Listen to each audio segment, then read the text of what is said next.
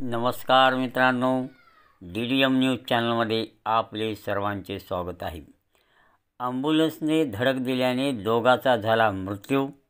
अहमदपूर तालुक्यातील वळसंगी पाटी येथे घडली घटना। जीव वाचवणाऱ्या ॲम्ब्युलन्सनेच घेतला दोघांचा बळी।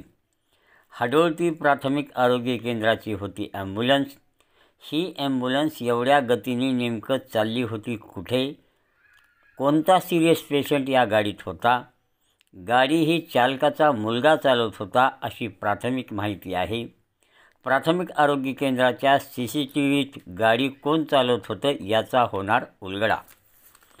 याविषयी मिळालेली अधिक माहिती अशी की अहमदपूर तालुक्यातील वळसंगी पाटीजवळ आज सायंकाळी अंदाजे 6 ते 7 वाजण्याच्या दरम्यान हाडोळती प्राथमिक आरोग्य केंद्राची रुग्णवाहिका क्रमांक MH24 AU 5865ने शेताकडून घरी जात असलेल्या छायाबाई गुरमे वय वर्ष 65 व बाबूराव गुरमे वय वर्ष 70 राहणार वळसंगी या दोघांना या रुग्णवाहिकेने भरधाव वेगाने येऊन धडक दिल्याने यात छायाबाई गुरमे यांचा अहमदपूरच्या ग्रामीण रुग्णालयात तर बाबूराव गुरमे यांचा लातूरला उपचारासाठी नेत असताना वाटेतच मृत्यू झाल्याची दुर्दैवी घटना घडली आहे।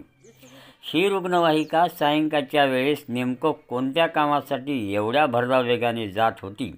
गाडी चालकाचा मुलगा कसा काय चालवत होता? त्याला गाडी कुणी दिली? वैद्यकीय अधिकारी गौतमी कांबळे यांचा मात्र याविषयी संपर्क होत नसल्याने त्यांच्याकडून काहीही प्रतिक्रिया मिळालेली नाही। याविषयी अहमदपूर पोलिसात गुन्हा दाखल करण्यात आला असून पोलीस पुढील तपास करत आहेत।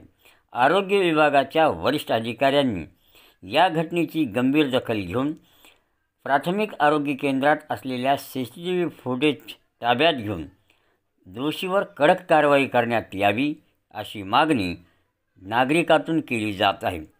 या दुर्दैवी घटनेमुळे वळसंगी गावावर मात्र शोककळा पसरली आहे।